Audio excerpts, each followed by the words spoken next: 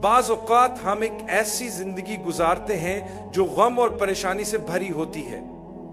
ہم بے چین ہوتے ہیں، ہمیں بہت سی مشکلات کا سامنا ہوتا ہے اور ہم خوش نہیں ہوتے. اداسی ہمیں گھیر لیتی ہے اور ہم ہر چیز سے مایوس ہو جاتے ہیں. ہم سوچتے ہیں کہ یہ سب ہمارے ساتھ کیوں ہو رہا ہے اور ہمیں کوئی راستہ نظر نہیں آتا. لیکن اللہ ہمیں ایک راستہ دکھاتا ہے. وہ کہتا ہے کہ میرے کلام کی طرف رجوع کرو، میری وحی کی طرف لوٹو. اللہ ہمیں اس رہنمائی کی طرف رجوع کرنے کو کہتا ہے جو اس نے ہمیں بھیجی ہے. وہ کیا ہے؟ وہ وحی ہے. اگر آپ قرآن کی تلاوت سنیں تو آپ کو فائدہ ہوگا. اگر آپ قرآن کو سمجھنے کی کوشش کریں تو آپ کو فائدہ ہوگا. لیکن سب سے اہم بات یہ ہے کہ جب آپ قرآن کی ہدایتوں پر عمل کریں گے تب آپ کو سکون اور اطمینان نصیب ہوگا. اللہ آپ کو آپ کی مشکلات سے نکال دے گا اور آپ سمجھنے لگیں گے کہ اگر میری زندگی میں کچھ چیزیں موجود نہیں ہیں تب بھی میں مطمئن ہوں، کیونکہ یہ اللہ کی مرضی ہے. آپ اپنی مشکلات کے ساتھ جینا سیکھ جائیں گے. آپ یہ سمجھنے اور محسوس کرنے لگیں گے کہ صبر کے بدلے اللہ نے آپ کے لیے جو انعام رکھا ہے وہ بہت عظیم ہے. بہت سی چیزیں ہمارے اختیار میں نہیں ہوتی. کچھ چیزیں ایسی ہوتی ہیں جنہیں اللہ نے ہمارے اختیار میں ایک حد تک دیا ہے. ابھی میں آپ سے بات کر رہا ہوں، یہ بھی اللہ کی اجازت سے ہو رہا ہے. اللہ چاہے تو یہ سب رک سکتا ہے، لیکن اس نے مجھے یہ موقع دیا اور میں نے اپنی کوشش کی. تو اللہ تعالیٰ اس بات کا ذکر کرتے ہیں کہ کیوں کبھی کبھار لوگوں کی زندگی اتنی تنگ ہو جاتی ہے کہ وہ محسوس کرتے ہیں جیسے سب کچھ ختم ہو گیا ہو.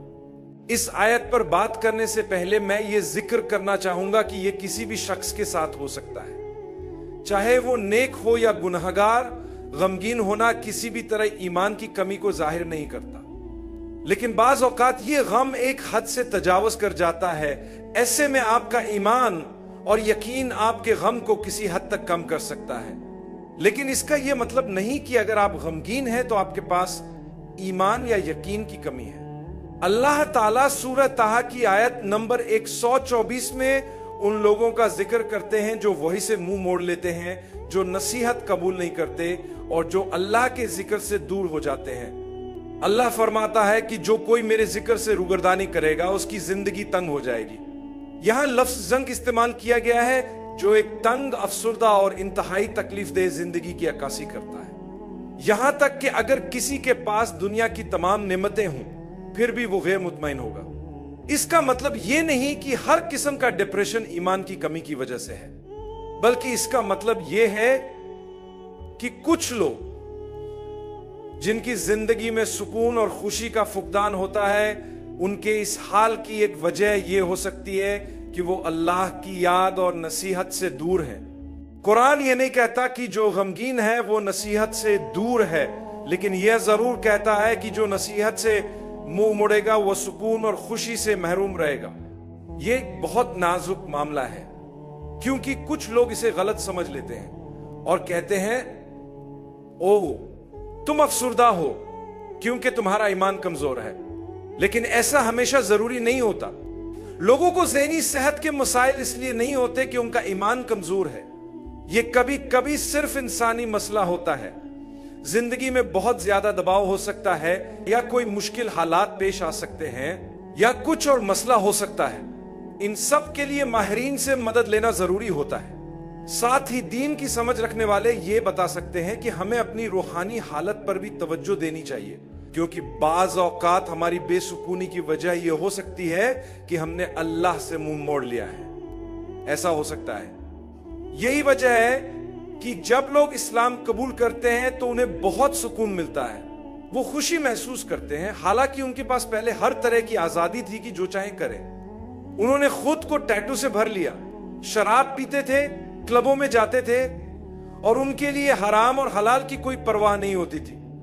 لیکن اس سب کے باوجود وہ خوش نہیں تھے. ان کی زندگی میں حقیقی سکون نہیں تھا. اللہ فرماتا ہے اپنی زندگی کو اللہ کے حکم کے مطابق گزارو، اپنے خالق کے احکام کی پیروی کرو، اس سے تمہیں ان سب مسائل کا حل ملے گا. اگر تم مومن ہو تو وہی کرو جو اللہ کو خوش کرے، تو تمہیں سکون حاصل ہوگا. ان لوگوں کو دیکھیں جن کی عادات اچھی ہوتی ہیں ان کے چہروں سے ہی پہچانا جا سکتا ہے کہ وہ پرسکون اور خوشحال زندگی گزار رہے ہیں، وہ اپنی زندگی کو ایک اچھے طریقے سے چلاتے ہیں۔ اسی لیے اللہ حقیقی مومنوں کو بیان کرتے ہوئے فرماتا ہے کہ وہ زمین پر عاجزی سے چلتے ہیں، ان کے طرز عمل سے فوراً ظاہر ہوتا ہے کہ یہ لوگ اللہ کے عبادت گزار ہیں، اور فوراً پہچان لیے جاتے ہیں کہ یہ لوگ اللہ کے بندے ہیں۔ جب کوئی شخص اپنے آپ کو یا شیطان کو اپنا معبود بنا لیتا ہے تو اس کی زندگی میں کچھ نشانیاں ظاہر ہوتی ہیں۔ یہ نشانیاں بتاتی ہیں کہ وہ شخص اپنے آپ سے بھی دور ہو گیا ہے۔ اللہ تعالی ہمیں حقیقی ایمان عطا فرمائے اور ہمیں حقیقی فرما بردار بنائے۔ قرآن پاک میں اللہ فرماتا ہے کہ جو شخص ہماری وحی سے منہ موڑتا ہے اس کی دنیاوی زندگی تنگ اور بے سکون ہو جائے گی۔ اس سے بھی بدتر یہ ہے کہ قیامت کے دن وہ شخص نابینا اٹھایا جائے گا، وہ دیکھ نہیں سکے گا اور کہے گا اے رب ہم یہاں کیوں نہیں دیکھ سکتے، حالانکہ ہم زمین پر دیکھ سکتے تھے، آپ نے ہمیں دوبارہ زندہ کیا ہے لیکن ہماری بصارت غائب ہے، ہم دیکھ نہیں سکتے۔ اللہ تعالیٰ جواب دے گا دنیا میں ہماری نشانیاں تمہارے پاس آئیں لیکن تم نے انہیں نظر انداز کر دیا جیسے تم نے انہیں دیکھا ہی نہیں۔ آج ہم نے تمہیں اندھا بنا دیا ہے کیونکہ تم نے ہماری وحی کو اہمیت نہیں دی، تم نے دنیا میں ہمیں بھلایا، آج ہم تمہیں بھلا رہے ہیں۔ تو جب کوئی شخص اللہ کے ذکر سے منہ موڑتا ہے، سورہ طٰہٰ کی اس آیت میں 2 باتیں ذکر کی گئی ہیں جن سے وہ شخص دوچار ہوتا ہے۔ دنیا میں اس کی زندگی بے سکون ہو جائے گی جیسے ہر طرف تنگی ہو، آخرت میں وہ نابینا اٹھایا جائے گا کیونکہ اس نے دنیا میں اللہ کی نشانیوں کو نظر انداز کیا، وہ اسے دیکھتا تھا، پڑھتا تھا، سنتا تھا، سمجھتا تھا لیکن پھر بھی اس سے منہ موڑ لیتا تھا۔ اگر ایسا ہے تو اللہ تعالیٰ فرماتا ہے ہم تمہیں نابینا اٹھائیں گے، اور جب وہ وجہ پوچھے گا تو صاف بتا دیا جائے گا کہ تم نے ہماری وحی سے منہ موڑا تھا، آج ہم تم سے منہ موڑ رہے ہیں، تم نے جان بوجھ کر نظر انداز کیا، آج ہم تمہیں بھول رہے ہیں۔ اللہ تعالی ہمیں معاف کرے اور ہمیں ان لوگوں میں شامل نہ کرے جو اللہ کی ہدایت اور ذکر سے منہ موڑتے ہیں۔ اللہ ہمیں ہدایت پر چلنے کی توفیق دے اور ہماری زندگی کو سکون اور برکت سے بھر دے، آمین۔